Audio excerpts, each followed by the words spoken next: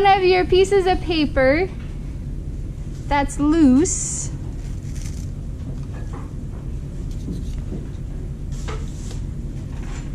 and we're gonna do the dripping gravity one. So doesn't matter which brush you use. You could use your round or your flat. Pick out any color, but what we're gonna do is we're gonna do little dots of paint. So you want quite a bit of water on there. You can add some water to it. And make a row on the top of your page. If you oriented your paper this way, that's totally fine. Doesn't matter which way your paper goes. But just do dots at the top so that when we go to drip this, the gravity will pull the dots down. And it makes kind of a fun effect. If you're already done with your top row, you could add another row below that. The trick is we don't want the paint to dry out. So try to put a lot of water on there with each dot, especially if you're using a small brush. I kind of have to go back to my water 2 or 3 times to get enough in that dot.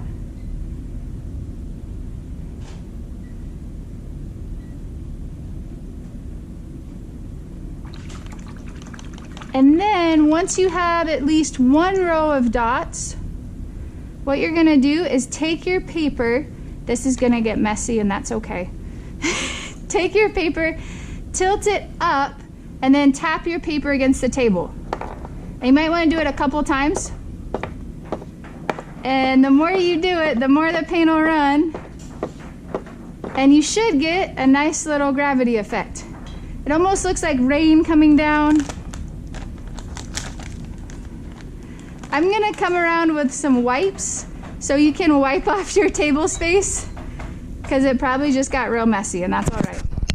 And again, if you're done dripping your first set, you're welcome to come back in and do another set of colors. See how they overlap. This is kind of just a fun one to play with.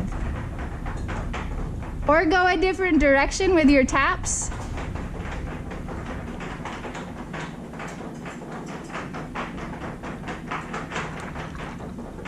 So you could turn your paper, tap it a different way.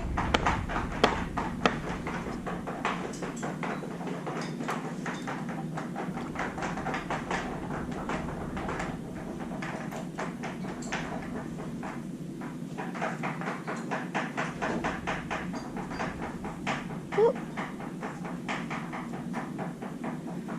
You could also pick your paper up and kind of swirl it around.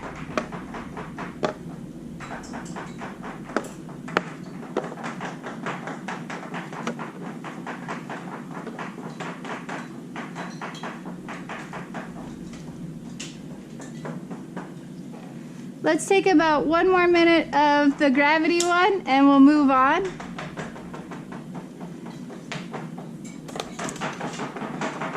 Good morning.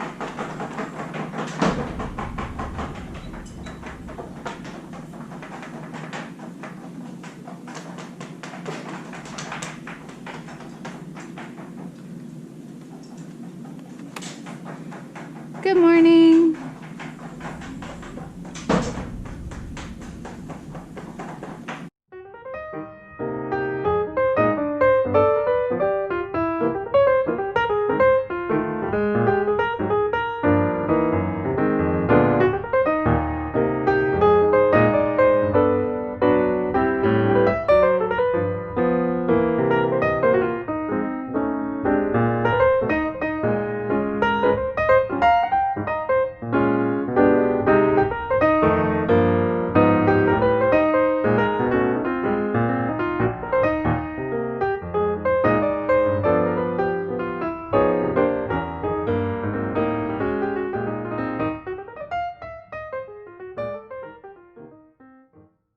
Most people are done writing. If you're still writing, you can just kind of pop your head up to observe what we're doing.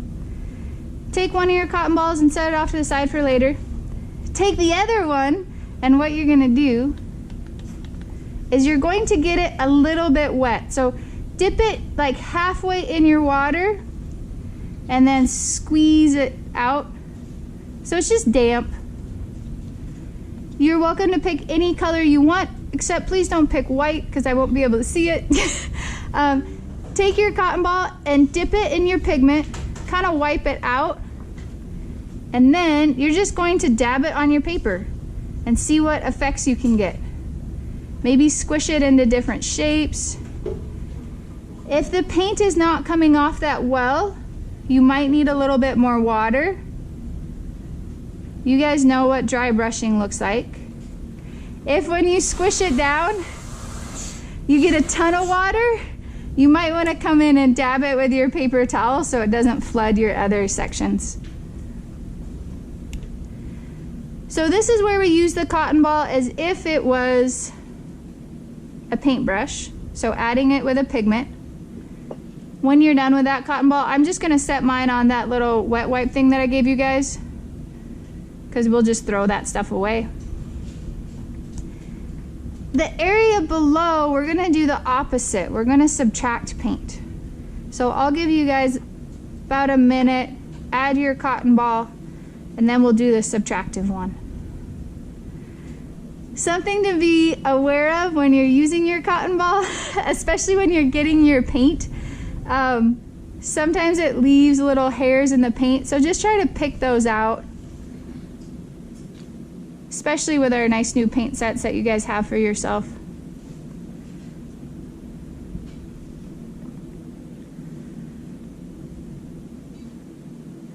For the subtractive one, we're gonna make that whole area wet first. So kind of like wet on wet. Start with water, just paint inside your rectangle shape. Yeah, and if you feel like you need a flat brush to do this, help yourself. So just like wet on wet technique from way back in term 1, get that area wet and then pick out a color, any color. This will kind of remind you of doing clouds. And then let that color bleed out.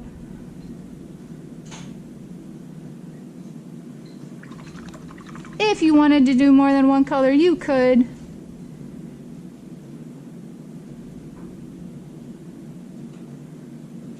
But don't let your paint soak in too much. What you're going to do is use the cotton ball just like you would use a paper towel. Dab it, but press and hold firmly, and then pick it up. Find another clean spot of your cotton ball, and then press and hold firmly. You might even want to wait a while, like 3 seconds. 1, 2, 3, and then pick it up. You're going to notice it doesn't completely get that area crystal clear white like the paper, but it does lighten it a little bit. And that's the only effect you're going for, is just lightening it. If you have any more clean spots on your cotton ball, maybe you can widen it. You could try it again. I'm gonna go back to this one and see if I can get it a little bit lighter. Again, pressing and holding firmly for about 3 seconds, and then picking it up. Sort of gives a subtle glow effect. And then when you're done with that cotton ball, you can take it and set it off to the side. Again, if your fingers got dirty from that one, you can feel free to use the wet wipe and clean it off. And we are going to paint at least 2 colors in this area. Let's do wet on wet again. So go ahead and get the inside of that space wet with just water. I would encourage you to pick darker pigments, so black, purple, blue, green. They'll show up a little bit more with this technique. So add some pigment to your wet on wet area. Again, a darker pigment, blue, black, purple. If you want to add 3 colors, you could. And you can add your colors in any order you want. It does not have to look like mine. And then while it's still really wet, You might have to take your Saran Wrap and fold it a little bit so it's not in your way. We're going to put it on top of our paint and smush it down. It does not need to be nice and clean and flat. Those wrinkles are a good thing. Just like when we did the salt technique, you don't want to move the salt. Same thing with the Saran Wrap. Don't move the Saran Wrap. What's gonna happen is the areas where there's creases and the Saran Wrap isn't touching the paper, it's gonna dry differently than where the Saran Wrap is physically flat on the paper.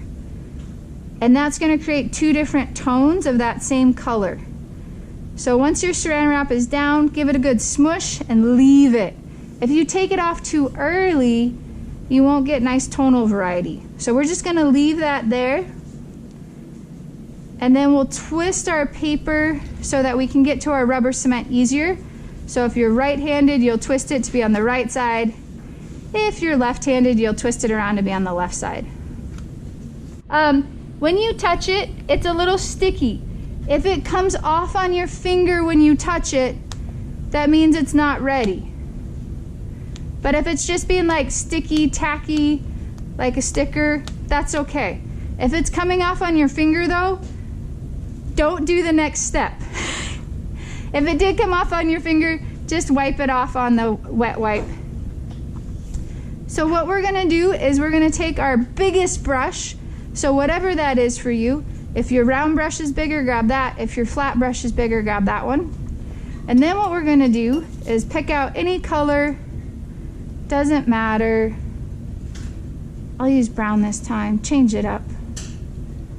Get quite a bit of the pigment, so rub it about 5 or 6 times. And then you're just gonna do one stroke over it. We're not gonna go back and forth. This is gonna look similar to the crayon resist. So the rubber cement, it's gonna resist the pigment and the watercolor. But the neat thing about rubber cement versus the crayon technique is once our watercolor is dry, we can peel the rubber cement off. So we have to let this dry. Again, do strokes just once over it. It seems like if we do too many strokes back and forth, it'll start to peel the rubber cement off. So do a couple strokes and then leave it. We're also just leaving our Saran Wrap for now. So let it do its thing. And we're gonna put that off to the side so we don't get tempted to touch it. Take out your free paint paper.